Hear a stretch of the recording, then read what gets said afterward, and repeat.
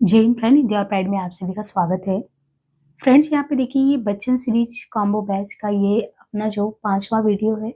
Previous के चार class हमने कर लिए। उन 4 क्लासों में हमने जो पहला सेगमेंट बदलाव की स्थिति है उसको कवर कर लिया है। तो हम बिना देर करते हुए सीधे यहाँ पे अब टॉपिक पे बात करेंगे, क्योंकि डेमो क्लास जितना भी था यूट्यूब पे जा चुका है।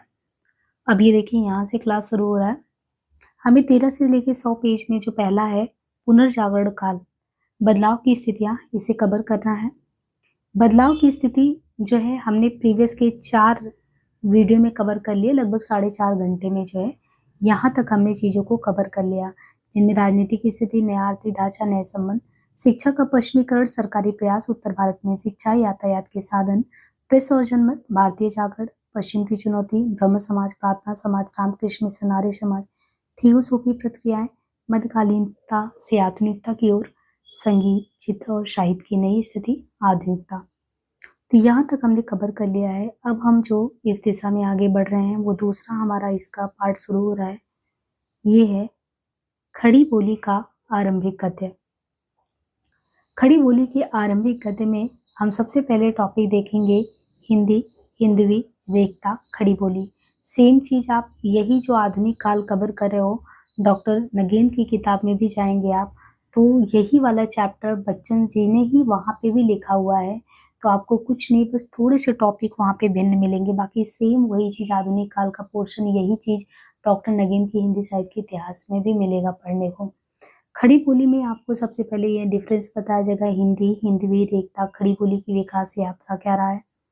इसके बाद नाथ सिद्ध और निरंजनी संप्रदाय, इनका क्या योगदान गद्य साहित्य में रहा है। इसके बाद हम देखेंगे दक्षिणी हिंदी। इसके बाद उत्तर भारत में खड़ी बोली का कैसे प्रचार प्रसार हुआ, फोर्ट विलियम कॉलेज की स्थापना के संबंध में, फिर कॉलेज के बाहर की हिंदी कैसी रही, फोर्ट विलियम कॉलेज की हिंदी कैसी रही, ईसाई मिशनरी का गद्य प्रचार प्रसार में क्या महत्वपूर्ण रोल रहा, प्रेस और समाचार पत्रों, पाठ्य पुस्तकें, और फिर खड़ी बोली के गद्य के संघर्ष की कहानी क्या रहा। तो ये हम यहाँ से क्रमशः पढ़ेंगे, और जैसे जैसे करेंगे वैसे ही हम नोट्स को रिवाइज करते साथ में चलते रहेंगे। तो हम जो है सीधे आ जाते हैं चैप्टर पे। अब ये अपना पुनर्जागरण काल, और यहाँ पे अध्याय 2 जो है अपना हम शुरू कर रहे हैं। अध्याय 2 है खड़ी बोली का आरंभिक गद्य कैसा रहा। बहुत बारीकी से, बहुत आराम से समझेंगे, एक एक पॉइंट को समझते चलेंगे। अब याद हो पिछला जो हमने क्लास लिया था, तो पहले में था बदलाव की स्थिति। तो इन्होंने बदलाव की स्थितियों से आपको भलीभांति परिचित कर दिया कि सामाजिक, राजनीतिक, आर्थिक पृष्ठभूमि किस तरीके से किसी भी समाज को प्रभावित करती है। और प्रभाव के फलस्वरूप आपने देखा था कि जैसे ही महारानी विक्टोरिया के हाथ जो शासन सत्ता उनके हाथ में जाता है, बहुत कुछ ट्रांसफॉर्म होता है। भले ही ब्रिटिशर्स जो यहाँ पे आए, रेल की यात्रा की सुविधा दिए हों, या बहुत सारे कृषि का व्यवसायीकरण किए हों, सब कुछ अपने लाभ के लिए किए, लेकिन जब जो गांव था, जो एक इकाई हुआ करता था, जब वो टूटा और लोग शहरों की तरफ पलायन किए, लोग एक दूसरे से यात्रा के दौरान मिले, तो उनमें राष्ट्रीय भावना जो है वो जागृत हुआ, और प्रेस वगैरह एक चीज और हभी हवा दिया, लोगों को चेतनशील बनाया। और फिर आपने देखा है कि यात्रा में क्या, आधुनिकता में क्या चीजें हमें देखने को मिली। मध्यकालीन जड़ता से लोग मुक्ति की तरफ बात किए, व्यक्तिगत स्वतंत्रता की तरफ गए। ये सब चीजें हुई तो एक चीज कॉमन ये निकल के आया कि लोगों तक पहुंचने के लिए हमें, जैसे पहले लिखा जाता था, तो पहले आप देखते थे लिखा जाता था ब्रज में। ब्रज यानी खड़ी बोली नहीं था, पहले कोई भी चीज लिखा जाता था बेसिकली लिखा जाता था पद्य, वो खड़ी बोली में ना होके ये पद्य में होता था। तो पद्य वो सभी तक समझ पाना, सभी तक पहुंच पाना मुश्किल था। जबकि अब क्या है, वो एक ऐसा दौर है, स्वतंत्रता संग्राम का दौर भी है कि जन जन तक पहुंचना है, और प्रेस का विकास हो चुका है। तो उसके लिए सबसे अच्छा जो एक माध्यम बन सकता था वो आरंभिक गद्य यानी जो खड़ी बोली था। खड़ी बोली से लोगों तक पहुंचा जा सकता था, लेकिन खड़ी बोली की राह भी इतनी आसान नहीं है। उसकी यात्रा कैसे हमने तय की, वो चीज हम इस चैप्टर में देखेंगे। अंग्रेज जब तक नहीं आए थे, उनके पहले हमने पहले भी देखा, हमारे गांव और नगर समानता अलग अलग स्वतंत्र इकाइयां थी। उनके निवासी भी वस्तु विनिमय के लिए प्राय बाहर नहीं जाते थे। लेकिन जैसे ही अर्थव्यवस्था के ढांचे टूटे, यातायात के नए साधन आए, लोगों की जीविका अथवा वस्तु विनिमय के लिए बाहर लोगों को जाना पड़ा। जब वो गए, जब धीरे धीरे आर्थिक एकसूत्रता में लोग बदलते गए, एक दूसरे से मिलते गए, उनके बीच पारस्परिक संपर्क हुआ और जैसे ही पारस्परिक संपर्क होता है, भाव और विचारों का आदान-प्रदान होता है, तो उनके लिए एक जो माध्यम होना चाहिए, एक सामान्य भाषा, जो सब एक-दूसरे से बातचीत के दौरान समझ सकें। तब हमको एहसास हुआ, कहते हैं ना, आवश्यकता आविष्कार की जननी है। इसके पहले ना हम बाहर निकलते थे, ना एक तरीके से यात्रा करते थे, ना जब मिलते नहीं थे तो हमें कोई भाषा की ज़रूरत महसूस ही नहीं हुआ। लेकिन अब ज़रूरत था और ये भाषा जो ज़रूरत को पूरा करने वाला था, ये भाषा हिंदी या हिंदुस्तानी ही हो सकता था।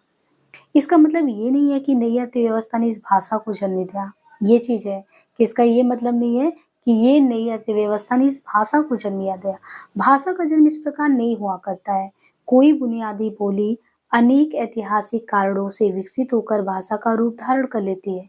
कोई बुनियादी बोली ही हो, लेकिन वो क्या करती है, ऐतिहासिक कारण से विकसित होकर वो एक अपना प्रभाव धारण कर लेती है, एक भाषा का रूप जो है धारण कर लेती है। नई अर्थव्यवस्था ने जो दिल्ली मेरठ की बोली को, जो यहाँ पे देखेंगे आप, तो एक भाषा के तौर पे जो है वो हिंदी या हिंदुस्तानी ही हो सकता था। इसका मतलब ये नहीं कि नई अर्थव्यवस्था ने यहाँ पे कह गया कि इसका ये मतलब नहीं है कि अर्थव्यवस्था ने इस भाषा को जन्म दिया है, बल्कि कोई बुनियादी बोली अनेक ऐतिहासिक कारणों से विकसित होकर वो भाषा का रूप धारण कर लेती है। नई अर्थव्यवस्था ने दिल्ली मेरठ की बोली को संपर्क भाषा के रूप में विकसित किया। तो यहाँ पे आपको ये बताया गया कि आप उल्टा नहीं इसको समझेंगे। कोई बुनियादी बोली जो होता है ना, वो कुछ ऐतिहासिक कारण से विकसित होकर एक ऐसी स्थिति में आता है कि वो भाषा का रूप जो है धारण कर लेता है। और जो नई अर्थव्यवस्था थी, क्योंकि अब पहले जैसे गाँव नहीं रह गए, बहुत कुछ परिवर्तन हो गया और परिवर्तन के फलस्वरूप जो दिल्ली मेरठ के आसपास की भाषा, जिसे अमीर खुसरो और अबुल फजल ने देहलवी कहा है, वो हिंदी है। और सच बताएं तो उस समय मतलब कि आप ये समझो कि एक ऐसा माध्यम था लोगों के मिलने जुलने का, इससे बेहतर कोई माध्यम हो ही नहीं सकता था जो सब बहुत आसानी से समझ जाए। तो खड़ी बोली की आरंभिक गति का रूप कुछ इस तरीके से शुरुआत में है। अमीर खुसरो और अबुल फजल, ये जो दिल्ली मेरठ का आसपास का इलाका है, यहाँ के आसपास को इसको देहलवी कहते थे। अमीर खुसरो भी देहलवी कहते, अबुल फजल भी देहलवी कहते। और ये बेसिकली था, देहलवी नहीं था ये देहलवी दिल्ली मेरठ के आसपास में बोलते थे, लेकिन वो एक्चुअल में हिंदी ही था। यहाँ से शुरू होता है हिंदी, हिंदवी रेखता और खड़ी बोली। बहुत बारीकी से समझना है ये हिंदी, हिंदवी रेखता, खड़ी बोली क्या है। डॉक्टर नगीन के हिंदी साहित्य के इतिहास में भी ये समझाया, भूमिका 2 वाले में, उसमें बहुत अच्छे से एक्सप्लेन वहाँ किया गया, इससे भी ज़्यादा अच्छे से एक्सप्लेन वहाँ किया गया है। तो उस चैप्टर को जब आप करेंगे तो और अच्छे से क्लियर होगा। हिंदी शब्द का प्रयोग कहते हैं कब से हुआ, इसके संबंध में सुनिश्चित रूप से कुछ कहना कठिन है, पर हाँ इतना सच है कि हिंद, हिंदू, हिंदी, ये शब्द का प्रयोग पहल किसने किया था? ये पहल प्रयोग किया था मुसलमानों ने। ईरानी सम्राट दारा, इनके अभिलेख में हिंदू शब्द भारत के लिए आया। तो मुसलमानों में ईरानी सम्राट दारा थे, उनके अभिलेख में हिंदू शब्द किसके लिए आया था? भारत के लिए। अंत्य ऊ के लोप होने पर ये जो हिंद है, इसका हो गया हिंद। और हिंद में जब ईरानी के विशेष बोधक एक प्रत्यय को जोड़ दिया गया तो ये बन गया हिंदी। और का के लोप होने से, यानी का जब गायब हो गया तो ये हो गया हिंदी। हिंदी का मतलब एक तरीके से उस समय देखें या तात्पर्य जो अर्थ निकल के आए, हिंदी का तात्पर्य भारत से था। यहाँ की भाषा को ज़बान हिंदी कहा जाता रहा। नौशेरवा 531 से 500, इनका बताया गया 531 से अगर 579 समय देखें तो नौशेरवा ने उनके समय में बजरोया ने पंचतंत्र का जो अनुवाद किया, उनकी भूमिका में भी इसे ज़बान हिंदी से अनुदित किया है। स्पष्ट है कि उस समय भी हिंदी का अभिप्राय होता क्या था? भारत से ही होता था। हिंदी का अभिप्राय तब भी भारत से ही माना जाता था। यहाँ पे हम पॉइंट को समझते चलते हैं, ठीक है, एक एक पॉइंट को क्लियर करते चलते हैं। देखिए यहाँ पे कहा क्या जा रहा है। सबसे पहले तो आप देखते हैं कि यहाँ पे 2 लोगों का नाम लिया जाता है। अब 2 लोगों में आप देखेंगे कि किसका नाम लिया गया है। एक तो सबसे पहले लिया गया है अमीर खुसरो का नाम, है ना? एक है अमीर खुसरो जी का नाम, और अमीर खुसरो के अलावा जो है दूसरा नाम किसका है? अबुल फजल का। अबुल फजल और जो है अमीर खुसरो जो है, ये जो है दोनों लोग किसको कहते हैं? जो आपके दिल्ली मेरठ के आस-पास का एरिया है, दिल्ली मेरठ के आस-पास जो बोला जाता है, उसको ये लोग कहते हैं देहलवी। Important point. और देहलवी बेसिकली कुछ अलग चीज़ थोड़ी है। देहलवी इसी हिंदी को ही ये लोग देहलवी कहते थे। अबुल फजल भी, अमीर खुसरो भी। अब हिंदी हिंदवी रेखता खड़ी बोली की बड़ी विकास यात्रा बड़ी रोचक रही है। इस यात्रा को थोड़ा-सा अच्छे से समझिए, यहाँ पे कन्फ्यूजन दूर हो जाए। इन्होंने कहा देखिए, जो ईरानी सम्राट जो हैं, ये मुस्लिम में बता रहे हैं कि ईरानी सम्राट एक दारा थे। तो दारा जो थे, ये ईरानी सम्राट दारा इनका एक अभिलेख था और अभिलेख में जो भारत के लिए एक टर्म का प्रयोग किया गया, वो टर्म था हिंदू। अभी हिंदू वहाँ पे लिखा गया था। अब हिंदू में अगर कह रहे हैं कि इसी में ऊ का लोप हो जाए हिंदू में, तो ये हिंदू में इसका लोप होने से ये क्या बन जाएगा? ये बन जाएगा सिर्फ हिंद। तो लोप हुआ, ये बंद हो गया। अब यही चीज़ आप जब ईरानी में जाएँगे, तो ईरानी में जब जाएँगे तो वहाँ पे प्रत्यय जुड़ता है। जैसे प्रत्यय और उपसर्ग में आप देखते हो तो उपसर्ग आगे जुड़ता है, प्रत्यय पीछे। तो इसी में इक जुड़ गया और जैसे इक जुड़ गया तो यहाँ से ये क्या हो गया? ये हो गया हिंदी। अब क्योंकि हिंदी अभी हिंदी बोला जाता है, तो जैसे ही ये का जो टर्म है, ये का जैसे ही का लोप हो गया तो यहाँ से ये क्या हो गया? हिंदी। तो बड़ी इंटरेस्टिंग जर्नी रही है। दारा दारा के संबंध में बताया गया कि हिंदू से ऊ लोप हुआ तो हिंद हुआ, फिर ईरानी में एक प्रत्यय जुड़ा तो इंदिक हो गया, फिर जो है का लोप हुआ तो ये हो गया हिंदी। और ये हिंदी का तात्पर्य उस समय भी हिंदी का मतलब समझा जाता था, किसी अलग चीज़ से नहीं। हिंदी का मतलब ही उस समय भी समझा जाता था भारत से। अब एक चीज़ और यहाँ पे कहा गया कि इसी भाषा को कुछ और नहीं कहते थे, इसी को कहते थे ज़बान-ए हिंदी। इसी को ज़बान-ए हिंदी भी कहते थे, ये समझना है, ज़बान-ए हिंदी। एक ज़िक्र करते हैं नौशेरवा का। नौशेरवा और इनका समय भी बताया गया है नौशेरवा का यहाँ पे। 531 से बताया गया इनका नौशेरवा का समय जो है 531 से 579 ईस्वी। तो ये जो नौशेरवा है, इन्होंने क्या चीज़ किया? ये कहा है नौशेरवा जो है इनके समय में बजरोया है। नौशेरवा बजरोया जो है, बजरोया ने जो विष्णु शर्मा का पंचतंत्र है, पंचतंत्र का नाम आपने ज़रूर बचपन में सुना होगा। तो ये पंचतंत्र का जो अनुवाद किया है, उनकी भूमिका में भी इन्होंने क्या लिखा है? ज़बान-ए हिंदी। और ज़बान-ए हिंदी किसके लिए? वही अभिप्राय उसका भारत से ही था। तो ये है। अब जो खुसरो हैं, उनके बारे में देखें यहाँ आगे से पहले थोड़ा समझें। अब यहाँ तक तो मुझे लग रहा है कि एकदम ही चीज़ें क्लियर हो गई हैं, है ना? अब इसके बाद देखते हैं कहाँ से हमें देखना है। अब यहाँ पे देखिए जैसे खुसरो की खालिक बारी के संबंध में कह रहे हैं कि जो खुसरो की खालिक बारी है, खुसरो की खालिक बारी अप्रामाणिक रचना है। अन्य स्थलों में हिंदी से उसका अभिप्राय भारतीय से है। भाषा के अर्थ में उसने हिंदवी पर हिंदुई का प्रयोग किया। तो खुसरो की जो खालिक बारी अप्रामाणिक रचना है, प्रामाणिक नहीं है। अन्य स्थलों में हिंदी से उसका मतलब क्या है? भारतीय से है। भाषा के अर्थ में उसने हिंदवी पर हिंदुई का प्रयोग किया है। किसने? खुसरो की खालिक बारी अप्रामाणिक रचना है। अन्य स्थलों में वो हिंदी से उनका मतलब भारतीय से तो, लेकिन उन्होंने हिंदवी को इस्तेमाल करने के बजाय हिंदुई टर्म का प्रयोग किया है। तुर्क हिंदुस्तानियाम मन हिंदवी गोए, तो हिंदवी गोए कहा है। हिंदवी या हिंदुई का प्रयोग चाहे हिंदवी को या हिंदुई, दोनों का प्रयोग कहाँ के लिए होता था? मध्य देश की भाषा के लिए। इम्पोर्टेंट क्वेश्चन है, हिंदवी या हिंदुई का प्रयोग कहाँ के लिए होता था? मध्य देश की भाषा के लिए किया गया। ये मध्य देश और इनके अलावा आप मध्य देश के अलावा आप देखेंगे पूर्वी हिंदी, पश्चिमोत्तरी हिंदी। जब हमने आपको बताया था कि जैसे पाली है, पाली की यात्रा आप देखो संस्कृत से पाली, पाली से प्राकृत, तो वही चीज़ पहले 3 रहता है, फिर दक्खनी जोड़ के 4 हो जाता है। ये हमने डॉक्टर नगीन की हिंदी साहित्य में बताया था। यहाँ पे ये बताया गया कि हिंदवी टर्म या हिंदुई का जो प्रयोग होता था वो मध्य देश की भाषा के लिए होता था। हिंदवी भी जो था, जैसे सौरसेनी अपभ्रंश से ही आप देखते हैं, सौरसेनी अपभ्रंश से ही आपकी पश्चिमी हिंदी होता है। पश्चिमी हिंदी में 5 बोली आता है, राजस्थानी वहीं से निकलता है, गुजराती निकलता है। तो हिंदवी भी कहाँ से आता है? सौरसेनी अपभ्रंश से निकलता है। भाषा उपनिषद गोरा बादल की कथा, रानी केतकी की कहानी की खड़ी बोली को उनके कर्ताओं ने क्या कहा है? भाषा उपनिषद है, गोरा बादल की कथा, रानी केतकी की कहानी की खड़ी बोली को उनके कर्ताओं ने हिंदवी कहा है। अब जो मध्य देश है, मध्य देश की भाषा को यहाँ के लोग भाषा कहते थे। कबीर हैं, जायसी हैं, तुलसी हैं, केशव दास हैं, आदि ने भाषा शब्द का ही प्रयोग किया है। इन लोगों ने भाषा का ही प्रयोग किया है। हिंदवी और भाषा दोनों समानार्थक थे। हिंदवी का प्रयोग कौन करता था? विदेशी मुसलमानों के द्वारा हिंदवी प्रयोग किया गया और भाषा का प्रयोग करते थे यहाँ के हिंदू। मतलब दोनों ही समान अर्थ रखता था, चाहे हिंदवी बोलो, भाषा बोलो, बस ये देखना है कि हिंदवी का प्रयोग विदेशी मुस्लिम करते थे और भाषा का प्रयोग यहाँ के हिंदू और मुस्लिम, हिंदू भी करते थे, मुस्लिम भी कहते थे। चंद्रवली पांडे ने हिंदवी को मुसलमानों की भाषा माना। अब देखिए यहाँ से अलग क्वेश्चन हुआ। वैसे तो हिंदवी का प्रयोग विदेशी मुस्लिम करते थे और जो भाषा का प्रयोग था यहाँ के हिंदू और मुसलमान यहाँ वाले करते थे।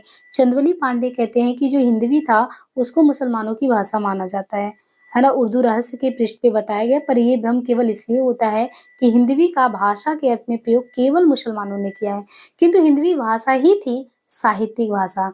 तो जो हिंदवी भाषा ही थी वो कैसी भाषा थी? साहित्यिक थी। खुसरो जो है, खुसरो ने, उनका ग्रंथ है नूहे सिपहर। नूहे सिपहर में उस समय की कितनी भाषाओं का उल्लेख? 11 भाषाओं का। खुसरो की नूहे सिपहर, उनमें कह रहे हैं कि 11 भाषाओं का उल्लेख है जिनमें हिंदवी का नाम नहीं है। अगर वो साहित्यिक ही था तो हिंदवी का नाम क्यों नहीं है उसमें? वहां पे खुसरो ने, जैसे दिल्ली मेरठ के आसपास अबुल फजल और खुसरो जो है देहलवी कहते थे, इसी देहलवी का नाम है। उन्होंने कहीं पे हिंदवी का जिक्र नहीं किया। अनुमान ये लगाया जा सकता है कि जो देहलवी है वो देहलवी उस समय ना बोलचाल की भाषा थी और जो हिंदवी साहित्य होता था जिसका इस्तेमाल खुसरो ने नहीं किया वो हिंदवी साहित्य, हिंदवी किस चीज की थी? साहित्य की थी। देहलवी जो दिल्ली मेरठ का आसपास बोलचाल वाला था उसको खुसरो ने अपने में प्रयोग किया, अपने साहित्य में। अबुल फजल की जो आईने अकबरी है उनमें भी उन्होंने देहलवी का इस्तेमाल किया। इसका मतलब ना अबुल फजल ने किया ना खुसरो ने हिंदवी का प्रयोग नहीं किया, जबकि आरोप ये लगता है कि एक तरीके से कि ये मुसलमान की भाषा थी।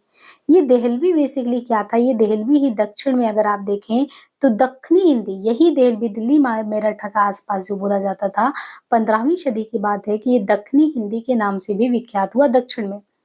शाही मीरा जी, साहबुद्दीन, मुल्ला वजही। अब शाही मीरा जी का समय बताया गया 1475 ईस्वी, साहबुद्दीन का 1582 ईस्वी, मुल्ला वजही का 1635 ईस्वी। आदि ने देहलवी को हिंदी जबा कहा। अब देखिए, चाहे अमीर खुसरो हैं, अबुल फजल हैं, शाही मीरा जी हैं, साहबुद्दीन है, मुल्ला वजी, इन सब ने दिल्ली मेरठ के आसपास की देहलवी को, जो कि साहित्यिक हिंदी नहीं बल्कि बोली जाने वाली हिंदी थी, प्रयोग में लाई जाने वाली हिंदी थी, उसको कोई हिंदी बोल और हिंदी जवा कहा।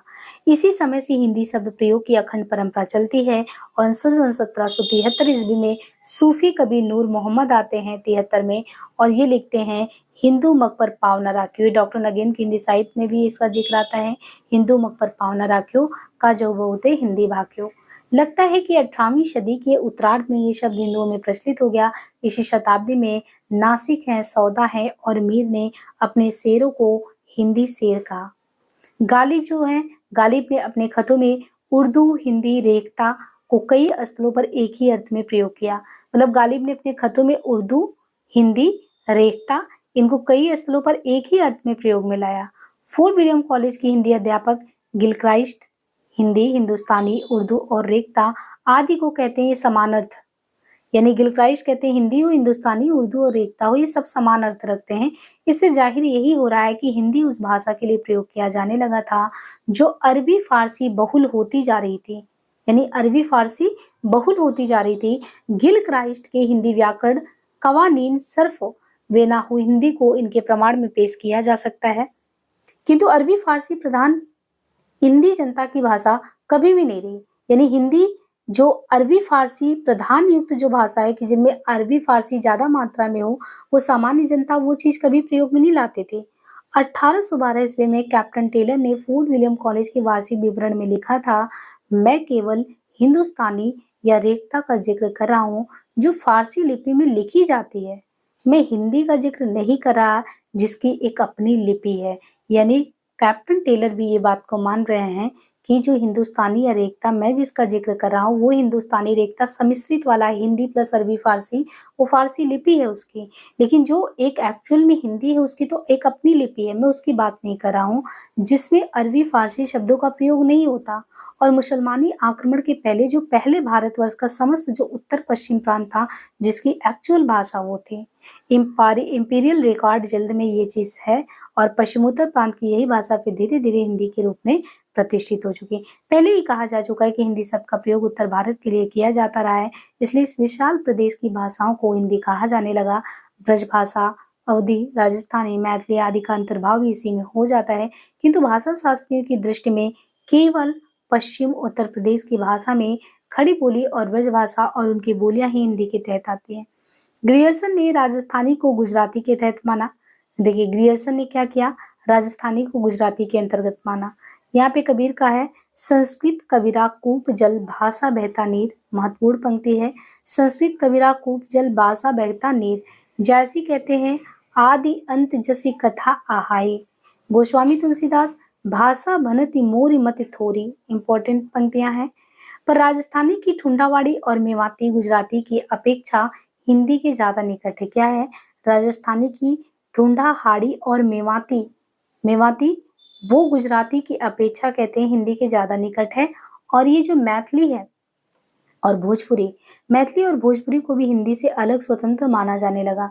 ये भी डॉक्टर नगीन की हिंदी साहित्य में हमने आपको बताया था कि कैसे मैथिली है और मैथिली के अलावा जो है राजस्थानी, तो इनको अपना एक स्वतंत्र सत्ता के रूप में भाषा के तौर पे इनको विकसित किया गया है और उन्हें मिल भी गया है। और उर्दू को उस तरीके से नहीं है, और यहाँ तक कि बोले कि ये हिंदी के ज़्यादा सन्निकट है, उर्दू उतनी नहीं है। और भाषा वैज्ञानिक दृष्टि से इनमें अंतर अवश्य, किंतु ये हिंदी परिवार की ही भाषाओं के तहत आते हैं। इनका साहित्य हिंदी के अंतर्गत माना जाता है। पठन पाठन की दृष्टि से भी इन सभी भाषाओं के साहित्य को हिंदी ही माना जाता रहा और हिंदी साहित्य के इतिहास में सभी का समावेश भी है। किंतु आधुनिक युग में खड़ी बोली साहित्य की भाषा बनी। तो खड़ी बोली क्या हुआ, साहित्य की भाषा बनी। पद्य के क्षेत्र में आप जाओ तो पद्य के क्षेत्र में खड़ी बोली के साथ साथ ब्रज, अवधी, राजस्थानी और मैथिली इनकी रचनाएं होती रही हैं। वास्तविकता तो ये है कि परिनिष्ठित काव्य इन्हीं में लिखे गए, पर गद्य का विकास खड़ी बोली में ही हुआ। जो कुछ गद्य ब्रजभाषा, अवधी, मैथिली में मिलता है वो अव्यवस्थित, लचर और कंठभूति अनुवाद है। इसलिए जहां तक गद्य का संबंध है साहित्य के इतिहास में उनका कोई स्थान नहीं है। एक बार हम समझते हैं कि यहाँ पे ये क्या कहा जा रहा है। तो यहाँ तक हमने जैसे समझा कि अमीर खुसरो और अबुल फजल दिल्ली मेरठ के आसपास की बात की, देहलवी कहते हैं, और दारा हिंदू वो हिंदी ईरानी एक प्रत्यय से क्या कैसे विकसित हुआ इन सब की। तो ये एक चीज और भी समझने की बात है कि जैसे मध्य देश की भाषा, तो मध्य देश की भाषा के संबंध में यहाँ पे ये कहा गया कि जो मध्य देश की भाषा है वो यहाँ के लोग जो भाषा कहते हैं उसमें कबीर, जयसी, तुलसी, केशवदास इन सब का भाषा का प्रयोग मिलता है। और हिंदवी और भाषा दोनों समान अर्थों में प्रयोग किया जाता है। लेकिन एक आरोप लगता है कि जो आपका ये हिंदवी है ना, हिंदवी है जो, इसको शुरुआत में इन्होंने कहा कि हिंदवी जो बोला जा रहा है ये किसके द्वारा बोला जा रहा है, हिंदवी, ये जो विदेशी मुसलमान है उनके द्वारा बोला जा रहा है। और जो हिंदी और हिंदवी है ये दोनों अपने यहाँ के हिंदू मुस्लिम दोनों मानते हैं। लेकिन किसने साफ साफ कह दिया कि मुसलमानों की भाषा हिंदवी, ये कहा था, कहने वाले थे चंद्रवली पांडे। ये ध्यान रखना है, ये चंद्रवली पांडे ने कहा हिंदवी जो है ये किसकी बात है, ये किसकी लैंग्वेज है, मुसलमानों की है। एक चीज और भी कहा जाता है कि हिंदवी अगर आप देखो तो हिंदवी जो है वो साहित्यिक भाषा थी हिंदवी। लेकिन जो देहलवी की बात आती है, ये जो देहलवी है, देहलवी जिसका प्रयोग अबुल फजल भी करते हैं, मीर खुसरो भी कहते हैं, ये कहा जाता है कि ये साहित्य की नहीं बल्कि देहलवी जो था ये बोलचाल की भाषा थी। और इसको अमीर खुसरो, अबुल फजल आईने अकबरी में, अमीर खुसरो भी नूह शिपैर में इनका प्रयोग करते हैं, वो बताते हैं। अच्छा इतना ही नहीं, इनके अलावा कुछ लोगों के बारे में और भी है, जैसे शाही मीरा जी का जिक्र आया है। शाही मीरा जी, इनका बताया गया, इनका समय भी बताया गया शाही मीरा जी का 1475 ईस्वी। शाही मीरा जी हो गए। इनके अलावा एक हैं साबुरुद्दीन, साबुद्दीन कैसे कह सकते हैं इनका, देखिए इनका भी बताया गया कि ये 1582 ईस्वी। एक है मुल्ला वजही, तो मुल्ला वजही जो है इनका भी बताया गया कि ये लोगों ने भी हिंदवी कहने के बजाय क्या कहना उचित ज्यादा समझा, देहलवी कहना। और फिर नूर मोहम्मद के बारे में कि सन 1773 में आप देखो कि नूर मोहम्मद जो है, नूर मोहम्मद की ये पंक्ति बहुत फेमस है। क्या फेमस है, उनके द्वारा कि हिंदू मुख पर पाँव न रखें। और आगे चल के नासिक है, नासिक के अलावा शैदा का जिक्र है, नासिक है, शैदा है। ये लोग अपने शेरों को क्या कहते हैं? अपने शेरों को कहते हैं हिंदी का शेर। और फिर फोर्ट विलियम कॉलेज के जो गिलक्राइस्ट हैं, फोर्ट विलियम कॉलेज के जो गिलक्राइस्ट महोदय हैं, तो गिलक्राइस्ट जो है वो क्या कहते हैं? गिलक्राइस्ट जो है इनका क्या कहना है? गिलक्राइस्ट जो है ना, वो जो आपका हिंदी है, हिंदी के अलावा जो है हिंदुस्तानी है, और इनके अलावा जो है जो रेखता है ना, हिंदी, हिंदुस्तानी, उर्दू को भी सबको ये समान अर्थों में प्रयोग करते हैं। कौन? गिलक्राइस्ट करते हैं। और जो 1812 में यहाँ पे कैप्टन टेलर की बात हमने की थी, कैप्टन टेलर। तो जो टेलर है ना, इन्होंने अलग चीज बताया था। इन्होंने कहा जो फोर्ट विलियम कॉलेज का जो विवरण दिया था, उसमें कहा कि मैं केवल और केवल हिंदुस्तानी मैं केवल हिंदुस्तानी रेखता का जिक्र कर रहा हूँ। अब हिंदुस्तानी रेखता का ये जिक्र कर रहे हैं, तो ये कह रहे हैं कि ये जो हिंदुस्तानी रेखता है, ये जो कि फारसी में लिपि में लिखा जाता है, मैं उसका जिक्र कर रहा हूँ। और जबकि जो हिंदी होता है उसकी अपनी लिपि है, मैं उसका जिक्र नहीं कर रहा हूँ। तो इन्होंने साफ-साफ दोनों को अलग किया है। और केवल पश्चिम उत्तर प्रदेश की भाषा में खड़ी बोली और ब्रज भाषा और उनकी बोलियां हिंदी के तहत आती हैं। ग्रियर्सन ने क्या कहा है? ग्रियर्सन ने जो है, जो राजस्थानी है, ग्रियर्सन ने राजस्थानी को किसके तहत माना है? गुजराती के तहत। किसने गुजराती के तहत राजस्थानी को माना है? ग्रियर्सन ने। और जो राजस्थानी में ही आता है, राजस्थानी में यहाँ पे जिक्र किया गया है ठूंठावाड़ी और मेवाती। ये गुजराती क्योंकि राजस्थानी को ग्रियर्सन ने माना गुजराती के तहत आता है, इसका मतलब ठुंटावाड़ी और मेवाती भी गुजराती के तहत आना चाहिए, लेकिन नहीं, ये चीज गलत है। ये कहते हैं कि नहीं, ठूंठाहाड़ी और मेवाती जो है ये गुजराती के बजाय किसके ज्यादा निकट आता है? ये किसके निकट माना जाता है? हिंदी के ज्यादा निकट माना जाता है भाषा वैज्ञानिक की दृष्टि से। तो इस तरीके से हमने ये टॉपिक क्लियर किया। अब हम आगे बढ़ते हैं, एक एक पॉइंट आपको क्लियर करते हुए चल रहे हैं, और बाकी यहाँ पे महत्वपूर्ण पॉइंट्स ये तब थे। अब यहाँ से आगे के पॉइंट में देखिए क्या चीज है। यहाँ पे ये कहा गया है कि नाथ साहित्य, सिद्ध साहित्य और निरंजनी संप्रदाय, इनके गद्य के बारे में देखिए क्या है। खड़ी बोली में साहित्य की रचना 13वीं सदी में शुरू होता है, पर इनका पूर्व आभास हमको 13वीं में नहीं मिलता, 8वीं 9वीं में ही मिल जाता है। उद्योतन सूरी इन्होंने लिखा कुवलय माला कथा। उद्योतन सूरी की रचना है कुवलय माला कथा, और कुवलय माला कथा का समय क्या बताया गया है? 778 ईस्वी। 778 ईस्वी। वहां पे एक बाजार यानी हाट प्रसंग का उल्लेख उद्योतन सूरी का कुवलय माला में आता है 778 के आसपास। इनमें आपको देखेंगे कि क्या चीज है, तो इसमें कहते हैं कि उसमें एक मध्य देशी वड़ी के मुख से चुने हुए मेरे तेरे आदि शब्दों का प्रयोग हुआ है। इससे यही पता लगता है कि खड़ी बोली जो है वो खड़ी बोली मध्य प्रदेश की बोली है। इसके अलावा इसमें पुच्छा, अल्ल्या, तुझे ऐसे शब्द भी प्रयोग में आते हैं जिन्हें खड़ी बोली शैली कहा जा सकता है। वस्तुतः 16वीं शताब्दी तक खड़ी बोली गद्य परंपरा का कोई प्रमाणिक स्रोत नहीं मिलता। कब तक नहीं मिलता? 16वीं सदी तक नहीं मिलता। यानी 13वीं सदी में कह रहे हैं कि ये शुरू हुआ, पूर्वाभास 8वीं 9वीं में मिलता है। उद्योतन सूरी के कुवलय माला कथा में हाट प्रसंग का जिक्र भी मिलता है, और लेकिन 16वीं सदी तक आप खड़ी बोली गद्य परंपरा का कोई प्रमाणिक स्रोत नहीं पाते। प्रोफेसर हामिद हसन कादरी ने उर्दू साहित्य के इतिहास में 14वीं शताब्दी के किसी ख्वाजा सैयद अशरफ जहांगीर समनीनी को सूफी मत विषयक रचना का उल्लेख उनका किया, किंतु उनकी प्रामाणिकता भी असंदिग्ध है। नाथ सिद्धों की कुछ ऐसी रचनाएं मिली हैं जिनमें ब्रज भाषा, राजस्थानी, पंजाबी और पूर्वी के मेल के साथ खड़ी बोली का मिश्रण देखने को मिलता है, किंतु ये रचनाएं 17वीं 18वीं शताब्दी की देखने को मिलती हैं। यानी क्या कहा गया है कि जो नाथ सिद्ध हैं उनकी कुछ ऐसी रचनाएं, नाथ सिद्धों की तो मिली है, नाथ सिद्धों की कुछ ऐसी रचनाओं का जो है रचना मिलता है जिनमें ब्रजभाषा, राजस्थानी, पंजाबी और पूर्वी के मेल के साथ आपको खड़ी बोली का मिश्रण देखने को मिलता है। मतलब ब्रज के साथ राजस्थानी, पंजाबी और पूर्वी के साथ खड़ी बोली, इसका मिश्रण देखने को मिलता है, किंतु ये रचनाएं 17वीं 18वीं शताब्दी की हैं। दक्षिणी हिंदी के प्रमाणिक नमूने भी आपको मिलते हैं, तो जाके दक्षिणी हिंदी के प्रमाणिक नमूने भी 16वीं सदी के पहले तक नहीं मिलते। नाथ सिद्धों और निरंजनी संप्रदाय के साधुओं की प्राप्त जो गद्य रचनाएं हैं, उन रचनाओं में गेशोश, गोषट, गोरख गणेश गोष्ठी, महोदय गोरस गोष्ठी, गोरक्षा सतम टिप्पण, अभय मात्रा जोग, रामावली, गोरखनाथ के कुल 27 पदों का तिलक, योगाभ्यास, मुद्रा टिप्पण, पर्वत सिद्ध का कहवा और भोगुल पुराण विशेष रूप से उल्लेखनीय है। ये 17वीं शताब्दी के उत्तरार्ध और 18वीं शताब्दी की रचनाएं हैं।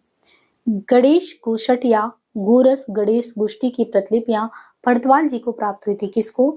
गणेश गोषट या गोरस गणेश गोष्ठी की प्रतिलिपियां किनको प्राप्त हुई थी? बड़तवाल जी को। उनके आधार पर उन्होंने इनका पाठ शोधन कर गोरखवाड़ी के परिशिष्ट में प्रकाशित किया था। 17वीं शताब्दी के पूर्वार्ध की रचना ज्ञात होती है क्योंकि उनमें प्रतिलिपि संख्या 1715 लिखा गया है। यहाँ पे नमूना दिया गया है। गेडियुस वे जो गोरस कहे स्वामी जो तुम कहां तहां ताए, कहा तुम्हा हमारा राव, अवधु हम निरंतर आए। इनमें अपभ्रंश का द्वित्व व्यंजन नहीं है। तो इसमें क्या नहीं है? इनमें अपभ्रंश का द्वित्व व्यंजन नहीं है। अपभ्रंश के घेरे से भाषा निकल चुकी है, पर पुराने ढंग के तुम हमारा, अमे, तुम्हारा, कौन आदि सब प्रयोग आते रहे। इनमें खड़ी बोली के शब्द रूप और शैली दोनों हैं, जैसे आया, रिचिया, तो आदि को उदाहरण के रूप में पेश किया गया है। खड़ी बोली का ओकारांत भी यहाँ मौजूद है। महादेव, गोरस गोष्ठी, अभय मात्रा, जोग आदि में भी खड़ी बोली के शब्द और शैली को देख सकते हैं। नाथ सिद्धों की बानियां पुस्तक के परिशिष्ट में हजारी प्रसाद द्विवेदी ने क्या कहा है? यहाँ पे नाथ सिद्धों की बानियां पुस्तक के परिशिष्ट में हजारी प्रसाद द्विवेदी ने श्री पर्वत सिद्ध का कहया भूगोल पुराण नामक गद्य रचना संकलित की है। इनकी भाषा को उन्होंने काफी पुराना बताया है। तो नाथ सिद्धों की जो बानियां पुस्तक उनके परिशिष्ट में द्विवेदी जी ने श्री पर्वत सिद्ध का कहवा भूगोल जो है कहया भूगोल पुराण नामक गद्य रचना संकलित की। इनकी भाषा को उन्होंने काफी पुराना बताया है। सुमेर पर्वत ऊपरी चारि दिशा पुरियायना, इस तरीके से। अब दक्षिणी हिंदी के संबंध में बात करें तो दक्षिणी हिंदी जो है, दक्षिणी हिंदी के संबंध में कह रहे हैं कि देखिए तो 14वीं शताब्दी में मोहम्मद तुगलक ने अपनी राजधानी जब दिल्ली से दौलताबाद हस्तांतरण करने की सोची, तो उसके साथ ही दिल्ली के बहुत से लोग, यानी जब उसने ये हुआ कि राजधानी यहाँ से वहां स्थानांतरित होगा, तो दिल्ली से दौलताबाद, तो बहुत लोग, दिल्ली के बहुत से लोग दक्षिण में आ गए। अब जबकि वो साथ में आए तो उनकी लैंग्वेज भी साथ में आएगा। तो दौलताबाद से राजधानी फिर वो लेके गया। पहले दिल्ली से वो दक्षिण में आया, फिर दौलताबाद से वो फिर दिल्ली ले गया। तो जो लोग जो है दिल्ली छोड़कर दौलताबाद में ही बस गए, उनमें से अधिकांश नहीं लौटे। इन दिल्ली निवासियों ने बहमनी राज की नींव डाल दी। और फिर क्या हुआ? उत्तर भारत बहुत कुछ अरबी फारसी से प्रभावित था। उत्तर भारत अरबी फारसी से, लेकिन इस भूभाग में उत्तर के प्रभाव से मुक्त आर्य भाषा को विकसित होने का अच्छा अवसर मिला। तारीख फरिश्ता यानी तारीख फरिश्ता के अनुसार बहमनी राज्य का कार्य हिंदी में होता था। तारीख फरिश्ता में बहमनी राज्य का काम क्या होता था? हिंदी में होता था। और बहमनी राज्य की राजभाषा भी हिंदी ही थी या नहीं, इनमें कोई संदेह हो सकता है, किंतु जो वहाँ के मुस्लिम थे उनकी भाषा भी हिंदी थी, इसमें कोई दो राय नहीं है। ख्वाजा बंदा नवाज गेसुद्राज 1322 से 1427, ये सूफी फकीर निजामुद्दीन औलिया के खलीफा ख्वाजा नसरुद्दीन चिराग देहलवी के शिष्य थे। यानी ख्वाजा बंदा नवाज गेसुद्राज देहलवी के शिष्य हुआ करते थे। वे सामान्य जनता के लिए अपने विचार हिंदी में ही प्रकट करते थे। ख्वाजा बंदा नवाज गेसुद्राज एक दूसरे सूफी शाह मीरान थे। उन्होंने अपनी भाषा को स्वयं हिंदी कहा। इसका मतलब आप ये समझो कि दक्षिणी हिंदी जो था, ये दक्षिणी हिंदी में कह रहे हैं कि ये जो इसने डिसीजन लिया कि हम लोग क्या करेंगे, पहले दिल्ली से चलेंगे, कहाँ पे राजधानी लेके गए? दौलताबाद। तो जब गए होंगे दौलताबाद, तो बहुत लोग दिल्ली से दौलताबाद जाके बस गए। अब बहुत लोग तो यहाँ पे आ गए, लेकिन कुछ लोग दौलताबाद रह गए। और दौलताबाद में पहले से ये कह रहे हैं कि वहाँ पे बोलबाला अपने आप में हिंदी का था, जो राज्य था वो। लेकिन ये जो दिल्ली निवासी गए थे, इनमें यहाँ पे इनका संपर्क अरबी फारसी से भी रहा था। लेकिन तारीख फरिश्ता कहते हैं कि भाई जो बहमनी राज्य था, वहाँ पे सारा काम तो हिंदी में ही होता था। और यहाँ तक कि वैसे जहाँ गेसुद्राज जो कि देहलवी के, चिराग देहलवी के शिष्य हुआ करते थे, ये लोग भी ज्यादातर जो भी बातें करते थे, बेसिकली इनका सारी चीजें बात करने का हिंदी में ही था। सामान्य जनता जो विचार करती है आपस में, वो भी वहाँ पे हिंदी में, यानी दक्षिणी हिंदी अपने आप में हिंदी वहाँ प्रतिष्ठित रूप में था। एक दूसरे सूफी शाह मीरान की बात करते हैं, वो भी स्वयं उनकी भाषा को कहते हैं वो भी हिंदी है। वो कहते हैं आमी बोल अरबी करे और फारसी बहु तेरे, यो हिंदवी बोली तब इस अर्थ भावे शब्द। तो यहाँ पे हिंदी का ऑलरेडी बोलबाला था दक्षिणी हिंदी में। यह भाखा भले सो बोले, पुनः इसका भाव खुले, वे अरबी बोल न जाने ना फारसी पहचाने। जो गेसुद्राज हैं, गेसुद्राज की गद्य रचनाओं में आता है मिराजुल आशकिन। तो गीसुराज की गद्य रचनाओं में मिराजुल आस्किन सबसे अधिक प्रसिद्ध है, संभवतः उनके शिष्यों द्वारा इसमें उनके उपदेश संग्रहित किए गए, यानी गीसुराज के मिराजुल आस्किन में ऐसा है कि संभवतः उनके शिष्यों के लिए अपने उपदेश संग्रहित है। भाषा का नमूना है, इसका माना तहकीक खुदा मिन्नत किया है, मुसलमान हो और मुसलमान की और था, तुम्हारी तना में मोहम्मद का नूर रखे हूँ, तो इस तरीके से है। इसमें आप कहते हैं कि उत्तरी हिंदुस्तानी की प्रवृत्ति ज्यादा देखने को मिलता है, दक्षिणी का प्रभाव कम है, किंतु भाषा का जो रूप इस पुस्तक में मिलता है वो 14-15 शताब्दी दक्षिणी का नहीं है। लगता है लिपिकों ने इनमें परिवर्तन कर दिया है। दक्षिणी हिंदी जो है इसका गद्य का सर्वाधिक प्रामाणिक रचना बजही की सबरस में देख सकते हैं। ये जो लिखा गया है बजही का सबरस मसनवी शैली में है, सूफी प्रेम कथा है, इसका गद्य भी वृत्त गंधी है, वाक्य छोटे छोटे हैं, शब्द अश्लिष्ट है, लोकोक्ति और मुहावरे का बहुत मात्रा में प्रयोग है, संस्कृत के तत्सम शब्दों के साथ अरबी फारसी भी बहुतायत में है। ये सब आपको वजही की सबरस में मिलता है देखने को। ना आपत देखे ना जल जला, आपे भले तो आलम भला, इस तरीके से।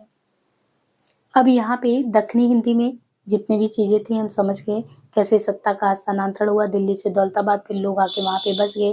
तारीखी फरिश्ता के अनुसार बहमनी राज का अपना कामकाज का हिंदी ही था, और ख्वाजा बंदा नवाज गेसुदराज भी चिराग देहलवी के शिष्य थे, वो भी हिंदी की बात करते हैं। सूफी सामिरान थे, वो भी हिंदी की बात करते हैं। और गेसुदाज की जो रचना है मिराजुल आस्किन, उसमें भी आप वही देखते हो। लेकिन सबसे प्रामाणिक यहाँ पे पहले ही आपको बता दिया गया था कि बजही का सबरस है, जो बजही के सबरस में आपको बहुत सारी चीजें जैसे सूफी प्रेम कथा है, मसनवी में वृत्तगंधी, लोकोक्ति, मुहावरे सब कुछ मिलता है। तो हम लोगों ने अभी तक दक्षिणी हिंदी में दक्षिणी हिंदी के संबंध में पढ़ा। अब हम देखते हैं कि जो उत्तर भारत में खड़ी बोली है इसके बारे में देखिए कि उत्तर भारत में खड़ी बोली की क्या कंडीशन रही। जो दक्षिणी हिंदी है, दक्षिणी हिंदी उत्तर भारत की हिंदी से कुछ इतनी दूर थी कि एक का प्रभाव दूसरे पर पड़ ही नहीं सकता था। यहाँ पर दक्षिणी हिंदी के उल्लेख का मतलब था खड़ी बोली की प्राचीनता दिखाना। अगर हम दक्षिणी हिंदी कहें तो मतलब जो आज का खड़ी बोली उत्तर भारत का है उसका प्राचीन रूप आप देख लो, उनके विकास के चरणों को देख लो। उत्तर भारत में खड़ी बोली अपने ढंग से विकसित हो रही थी, किंतु आचार्य शुक्ल ने अकबर के समय की एक रचना है, तो आचार्य शुक्ल ने अकबर के समय की एक रचना है गंग कवि की चंद चंद वर्णन की महिमा। तो यहाँ पे कह रहे हैं कि उत्तर भारत में खड़ी बोली जो है वो अपने ढंग से तो विकसित हो रही थी, किंतु जो आचार्य शुक्ल है, आचार्य शुक्ल ने अकबर के समय की एक रचना है, आचार्य शुक्ल ने अकबर के समय की एक रचना गंग कवि की चंद चंद वर्णन की महिमा का जो उल्लेख किया है वो अप्रामाणिक है। शुक्ल ने अकबर के समय की जो रचना है गंग कवि की चंद चंद वर्णन की महिमा का जो उल्लेख उन्होंने किया शुक्ल ने, वो अप्रामाणिक है। था उनकी भाषा के आधार पर शुक्ल जी का ये निष्कर्ष निकालना कि अकबर और जहांगीर के समय में ही खड़ी बोली भिन्न प्रदेशों में शिष्ट समाज के व्यवहार की भाषा हो चली, ये कहते हैं बच्चन जी की ये सही नहीं है। शुक्ल जी ने जो उल्लेख किया वो खुद निष्कर्ष निकालो ना कि उस समय तो शिष्ट व्यवहार की भाषा के रूप में नहीं था। वस्तुतः ये तो एक जाली ग्रंथ है, ये पृथ्वीराज रासो को प्रमाणिक सिद्ध करने की दिशा से आविष्कृत किया गया था। मतलब ये जो था कह रहे हैं ये जाली ग्रंथ है और पृथ्वीराज रासो को प्रमाणिक सिद्ध करने की दिशा से आविष्कृत किया गया। कथा वस्तु और ऐतिहासिकता के आधार पर इनकी अप्रामाणिकता ही सिद्ध हो जाती है। अकबरी दरबार का जो वर्णन इनमें आया वो जादूगर की करामात से कम नहीं लगता। जिस समय इस ग्रंथ के अनुसार गंग कवि अकबर को रासो की कथा सुना रहा था उस समय अकबर को नुरवा दीन कहकर संबोधित करना ऐतिहासिक असंगति, ऐतिहासिक गलतियां हैं कि आप उनको नुरवा दीन कह के, यहाँ पे देखिए बहुत ही इस तरीके से कहा गया है कि उत्तर भारत में जो खड़ी बोली है बेसिकली उसको देखें तो आप कह सकते हैं कि ये जो दक्षिणी हिंदी उसकी प्राचीन रूप है। और शुक्ल ने जो अकबर के समय की एक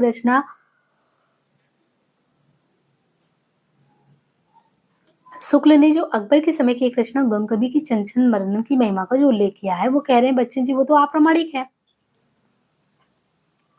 और उससे आप शुक्ल जी के इस निष्कर्ष निकालते हो अकबर और जहांगीर के समय में ही तो खड़ी बोली भिन्न प्रदेशों में शिष्ट समाज के व्यवहार की भाषा हो चली थी, ये बात तो ठीक है, लेकिन आप चंद चंद वर्णन की महिमा में उस चीज को कह रहे हैं। वस्तुतः ये तो जाली ग्रंथ है, पृथ्वीराज रासो को प्रमाणिक सिद्ध करने की दृष्टि से इसका आविष्कार किया गया। और जिस समय ग्रंथ के अनुसार गंग कवि कह रहे हैं कि अकबर को रासो की कथा, गंग कवि जो है रासो को अकबर की कथा सुना रहा है, उस समय अकबर को नुरवादीन कहकर संबोधित करना कहते ऐतिहासिक भूल है। नूरुद्दीन जो था ये नूरुद्दीन जहांगीर का नाम था, ये अकबर का नाम नहीं था, इसलिए इसकी रचना जहांगीर के बाद उस समय लोगों को बादशाह की उपाधियां भूल गई होंगी। यूं इनकी भाषा का जो उदाहरण शुक्ल जी ने दिया है वो 18वीं शताब्दी की पूर्व का हो ही नहीं सकता। शुक्ल जी ने राम प्रसाद निरंजनी के भाषा योग वशिष्ठ को देखें तो भाषा योग वशिष्ठ का समय क्या बताया गया है? 1768। तो 1768 में भाषा योग वशिष्ठ रामप्रसाद निरंजनी का आता है। कहते हैं कि इसको ये बहुत साफ सुथरी खड़ी बोली में मानते हैं कि लिखा गया है शुक्ल जी। इसके आधार पर उन्होंने ये भी निष्कर्ष निकाल लिया कि इनके ग्रंथ को देखकर यह स्पष्ट होता है कि जो मुंशी सदासुख है और लल्लू लाल है, तो मुंशी सदासुख और लल्लू लाल से, यानी मुंशी सदासुख और लल्लू लाल से ये 62 वर्ष पहले ही खड़ी बोली अच्छे रूप में आ चुका था। यानी फोर्ट विलियम में जो लोग कार्य कर रहे थे उनसे 62 साल पहले ही भाषा योग वशिष्ठ में शुक्ल जी का कहना है रामप्रसाद निरंजन ने इनके द्वारा साफ सुथरी खड़ी बोली का प्रयोग हो चुका था व्यवहार में। और अब तक पाई गई पुस्तकों में ये योग वशिष्ठ ही सबसे पुराना है जिसमें गद्य अपने परिष्कृत रूप में दिखता है। किंतु जब नए नए खोज हुए तो पता चला जो भाषा योग वशिष्ठ है वो ना तो साधु निरंजनी के द्वारा लिखा गया और ना कथा के रूप में पटियाला नरेश की 2 विधवा बहनों को जो कहानी है उसको सुनाया गया है।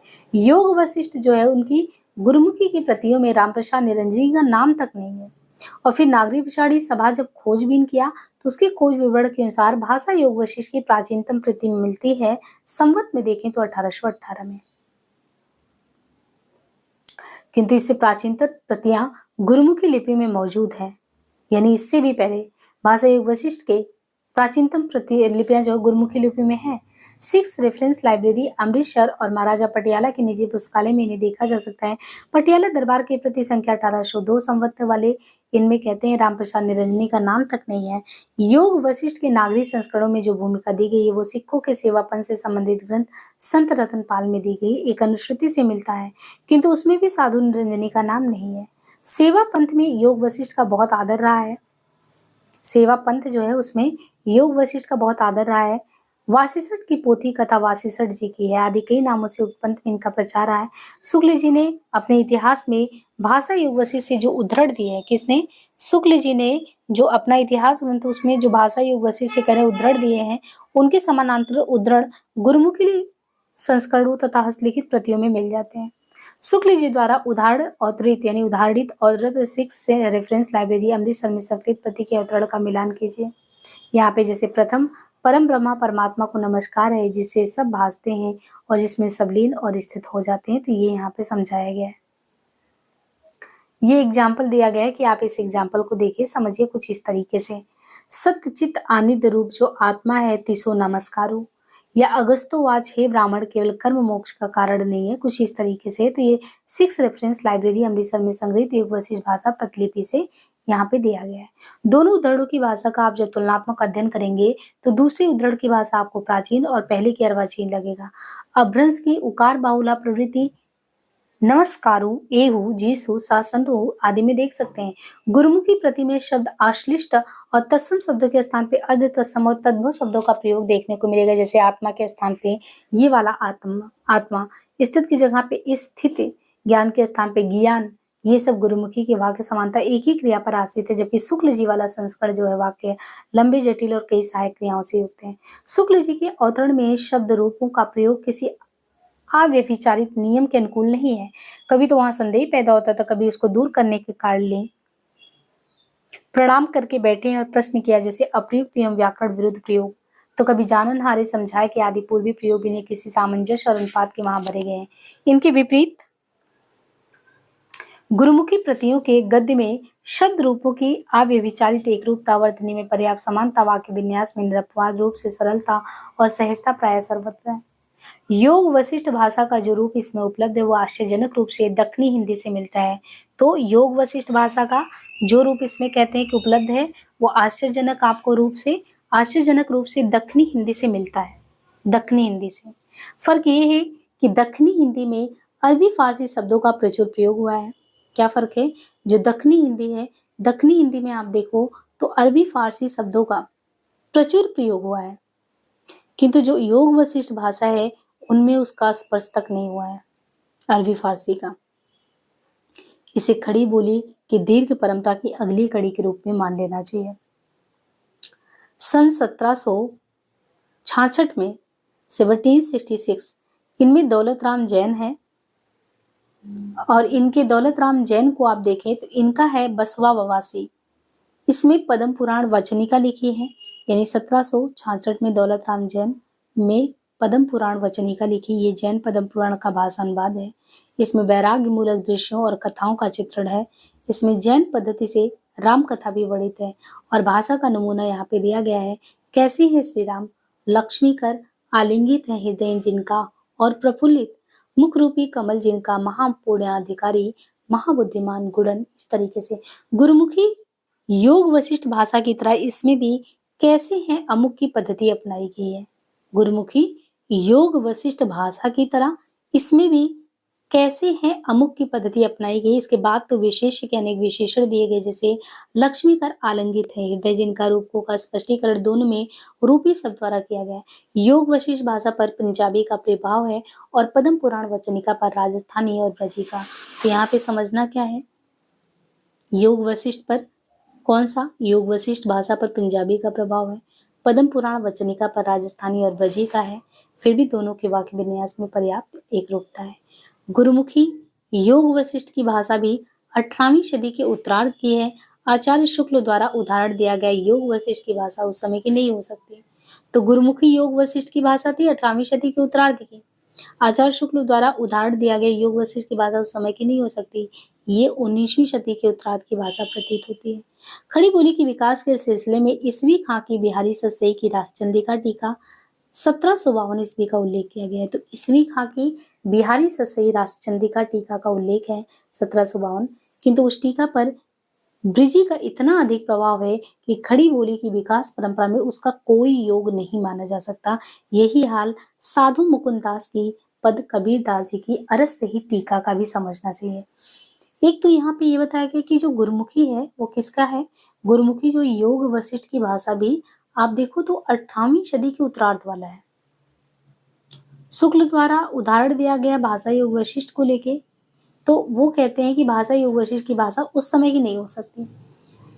ये 19वीं सदी के उत्तरार्ध की भाषा ऐसा लगता है, ये शुक्ल का कहना है। खड़ी बोली के विकास के सिलसिले में ईसवी खां की बिहारी सस्सई रसचंद्रिका टीका इनका उल्लेख मिलता है 1752। किंतु इस टीका पर भी कहते हैं कि ब्रजी का इतना ज्यादा प्रभाव है कि खड़ी बोली की विकास परंपरा में उसका भी कोई योग नहीं है। यही हाल साधु मुकुंदास है, उनका पद कबीरदास, और इनका जो कबीरदास जी की अरथ के संबंध में कहें तो उनका भी अरथ से टीका को भी समझना चाहिए। हिंदी ना तो विदेशी मुसलमानों के आगमन के कारण पैदा हुई है और ना तो, जैसा गिलक्राइस्ट कहते हैं, हिंदी ना तो ये विदेशी जो मुसलमान है, तो हिंदी ना तो विदेशी मुसलमानों के आगमन के कारण पैदा हुई और ना तो, जैसा गिलक्राइस्ट कहते हैं, फोर्ट विलियम के टकसाल में ही डाली गई। हिंदी कैसे हुआ आया? ये स्वयं एक ऐतिहासिक आवश्यकताओं के फलस्वरूप हिंदी विकसित हुआ और आधुनिक युग के भावों और विचारों की अभिव्यक्ति का माध्यम बना हिंदी। ऊपर जिस योग वशिष्ठ भाषा पद्म पुराण की भाषा को उल्लेख है वो सब तो 18वीं सदी के बाद की सामान्य खड़ी बोली जैसा लगता है। दक्षिणी हिंदी की शैली भी उनसे मिलती जुलती है।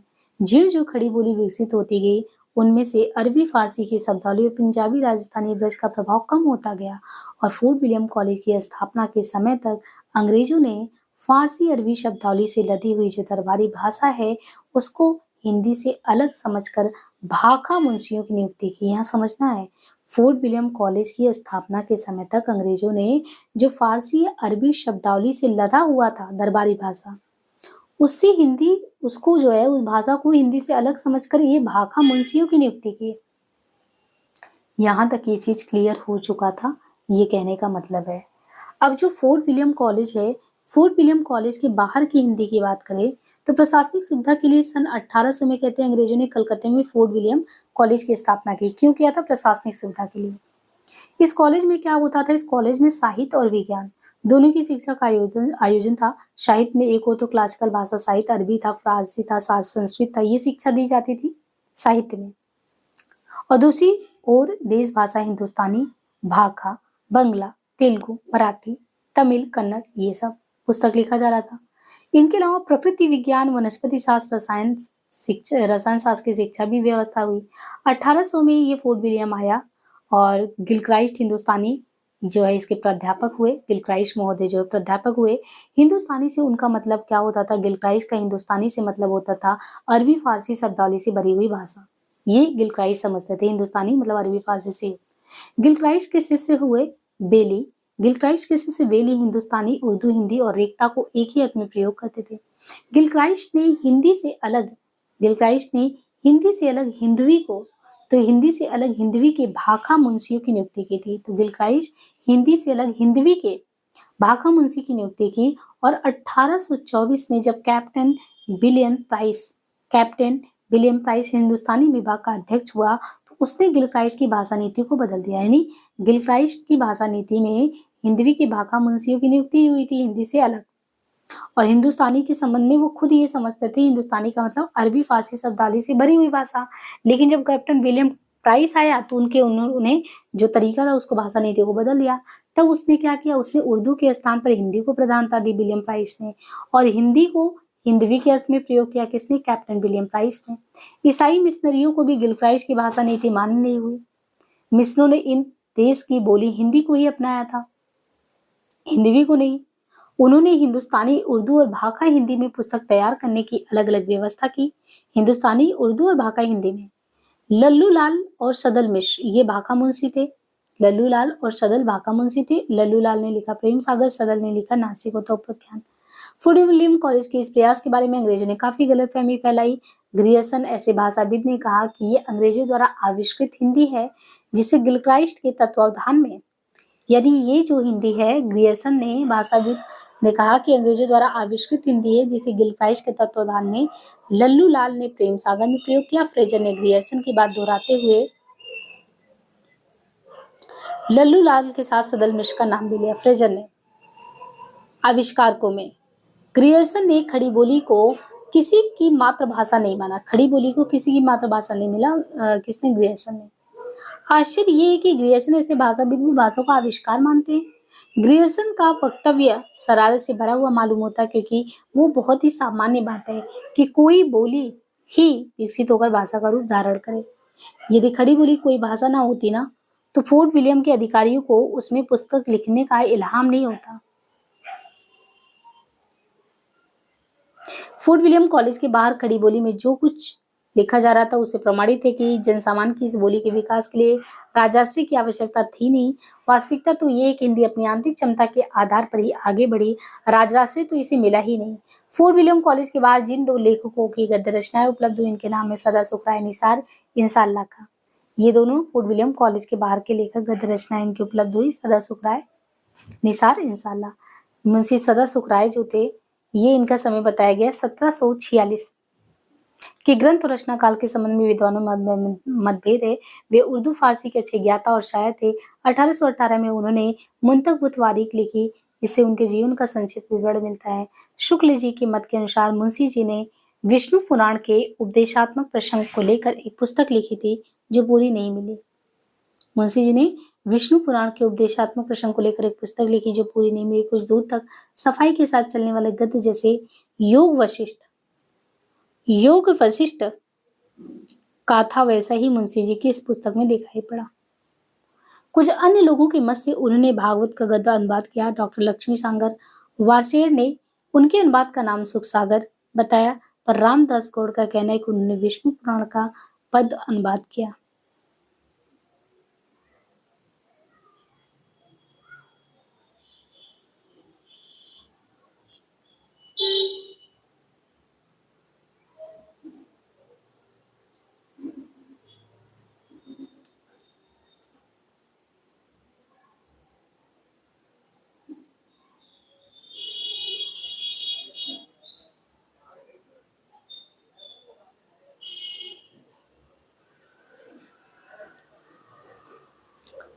लाला भगवान दीन और रामदास गौड़ ने हिंदी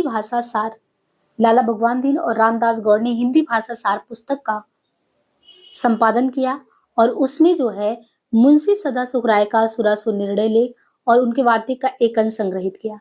संपादकों ने सुरासुर निर्णय का रचना काल 1800 कितना बताया, 1836 नहीं, 1839 है, 39 है। इसको ठहराया। उन्होंने सुख सागर नाम का कोई ग्रंथ नहीं लिखा। हिंदी में उनका उपनाम सुख सागर था, उर्दू फारसी में नहीं था। जिस ग्रंथ के आधार पर शुक्ल जी ने उनकी भाषा के संबंध में निष्कर्ष निकाला वो प्रमाणिक नहीं है। सदा सुख नाम के 3 व्यक्तियों का उल्लेख मिलता है। एक मुंतखब तारीख के लेखक सदा सुख राय, दूसरे बुद्धि प्रकाश समाचार पत्र के संपादक सदा सुखलाल, तीसरे जैन सदा सुखलाल। शुक्ल जी ने पहले सदा सुख राय का उल्लेख किया है। उनकी भाषा को शुक्ल जी ने साफ सुथरी कहा है। शुक्ल जी ने इनके गद्य का जो उदाहरण दिया वो सुरासुर निर्णय की भाषा के मेल में नहीं आता, या ये उनकी है या ये योग वशिष्ठ की भाषा की तरह संशोधित है। सुरासुर निर्णय की भाषा का नमूना है, प्रसिद्ध योनि है। सुर देवता असुर दैत्य संज्ञा है, जो कही असुर दैत्य हो, इस तरीके से निश्चय ही इसकी भाषा साफ सुथरी है। सुरासुर के पीछे एक तर्क अनुमोदित वैचारिक पद्धति भी दिखता है जो निबंध के लिए जरूरी है। यदि सुरासुर निर्णय का लेखन काल अगर देखें तो 1883 ईस्वी के लगभग मान लिया जाए तो उनकी भाषा को हिंदी गद्य परंपरा का प्रारंभ स्वीकार करने में किसी तरह का संकेत नहीं होना चाहिए। इंसा अल्लाह खां दूसरे लेखक है जिन्होंने हिंदी गद्य निर्माण में विशेष योगदान दिया। इंसा अल्लाह खां ने और उदयभान चरित या रानी केतकी की कहानी का दाजित 1800 से 1808 के बीच लिखी होगी। वे लल्लू लाल और सदल मिश्र के समसामयिक थे और रानी केतकी की कहानी लल्लू लाल और मिश्र की रचनाओं से पहले लिखी जा चुकी थी। इंसा के पूर्वज जो थे ये समरकांत से आके कश्मीर में बस गए। इसके बाद वे लोग फिर दिल्ली आ गए। उनके पिता माशाअल्लाह जो मुगल दरबार में हकीम हुआ करते थे, इंसा के मुगल साम्राज्य के क्षीण होने पर मुर्शिदाबाद चले गए।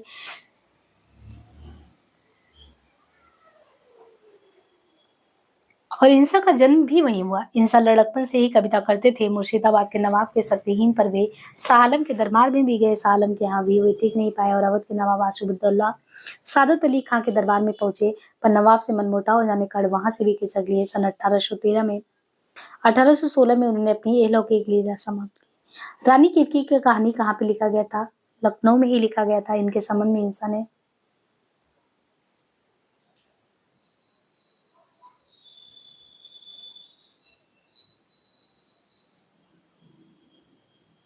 एक दिन बैठे ये बात अपने ध्यान में चढ़ी कि कोई कहानी ऐसी कहनी चाहिए जिसमें इंद्री की छुट और किसी बोली का पुट ना हो, तब जाके मेरा जी फूल की कली के रूप में खिले। बाहरी की बोली और गंवारी कुछ उसके बीच में ना हो। अपने मिलने वालों में से कोई एक बड़े बड़े लिखे पुराने दुराने डांग बूढ़े घाघ या खटकारा खटराग लग जाए, लगे कहने ये बात होती दिखाई नहीं देती। हिंदवीपन भी ना निकले और भाकापन भी ना रहे। बस भले लोग अच्छे से अच्छे आपस में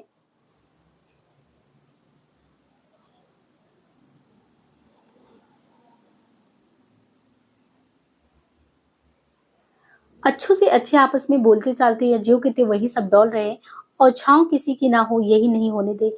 इसे लगता है कि इंसान ने किसी पुराने दुराने डांग बूढ़े की उन चुनौती को स्वीकार किया था जिनमें कहा गया था ठेठ हिंदवी का प्रयोग संभव नहीं है। यहाँ हिंदी हिंदवी भाषा बाहरी बोली और गंवारी पर विचार कर लेना चाहिए। बाहरी बोली का अर्थ होता है यामनी भाषा यानी अरबी फारसी से बनी हिंदुस्तानी भाषा का माने है। हिंदुस्तानी भाषा का माने यहाँ संस्कृत निष्पंडिताओं। गंवारी वो है जो भले लोगों की भाषा ना, अर्थात इंसानी शिष्ट जनों की बोलचाल की भाषा में जिसमें ना तो संस्कृत के प्रभाव न अरबी फारसी। रानी केतकी की कहानी लिखी चंदबली पांडे के विचार से रानी केतकी की कहानी उर्दू की खड़ी बोली और वस्तु हिंदू तथा मजहब सिया है। इस दृश्य से देखने पर कबीर हैं, जासी हैं, कुतुबन है, मंचन, इनका क्या होगा? पांडे जी ने इन कवियों पर भी कुछ वैसा ही मंतव्य व्यक्त किया है। रानी केतकी की कहानी को शब्दों और मुहावरों के आधार पर उन्होंने उनमें बाहरी शब्दों को भी खोज निकाला है, किंतु समग्रता हिंदी भाषा या हिंदवी लल्लू लाल की भाषा को भी खड़ी बोली और हिंदवी कहा गया है। ये सही एक उक्त कहानी मसनवी शैली पर लिखी गई है, पर वो सूफी प्रेमाख्यान नहीं है जैसा कि शोध ग्रंथों में लिखा गया है। हिंदी के सूफी प्रेमाख्यान और रानी केतकी की कहानी में केवल अंतर इतना ही है कि सूफी काव्य जो है वो पद्य में है और ये गद्य में, किंतु प्रारंभिक स्वरवंदना प्रत्येक परिच्छेद के आरंभ के लंबे शीर्षक की रानी कथानक रूढ़ियां आदि से सूफी प्रेमाख्यान की कोटि में नहीं रखा जाता। ये केवल प्रेमाख्यान है। इसमें तसव्वुफ का स्पर्श नहीं, उनकी भाषा का नमूना है। दायरे उसके उभार के दिनों का सुहाना पंचाल ढाल का अच्छन वच्छन। कितनी ताजा और जीवंत भाषा है, पर इस प्रकार की भाषा कहीं कहीं है। सब मिलाकर उनकी भाषा सर्वत्र हिंदी की प्रकृति के अनुकूल नहीं पड़ती। चटक मटक फारसी का प्रभाव सूचक है। फिर भी प्रारंभिक गद्य में उनके योग को भी उनका योग जो है उनको भी अस्वीकार नहीं कर सकते। बाकी हम देखें फोर्ट विलियम कॉलेज का हिंदी कैसा है वो नेक्स्ट क्लास में। आज के लिए इतना ही, धन्यवाद।